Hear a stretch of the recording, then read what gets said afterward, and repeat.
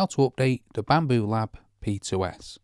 Now, first things first, I will say that you can do it from the Bambu Studio application on your PC or Mac.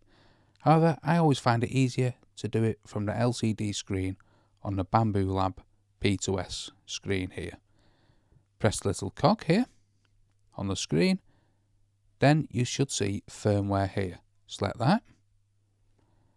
Now if there's any updates available for your Bambu Lab P2S, AMS 2 Pro or the filament buffer, anything available, and the update in the top right hand corner will be green, and you'll be able to click that and update any of these pieces of firmware that is available. You can go to the history versions here and check the history of what you've updated in the Bambu Handy app. Also, you can update offline. Now, what you do when you update offline is do it through a USB pen.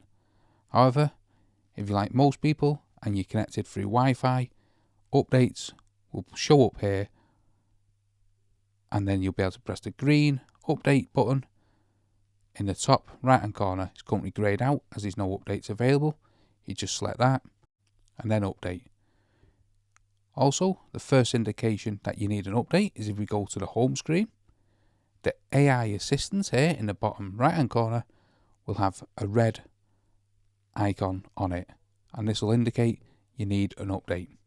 So hopefully that shows you how to update your Bambu Lab P2S. If it does, smash that like, smash the subscribe, and thanks for watching.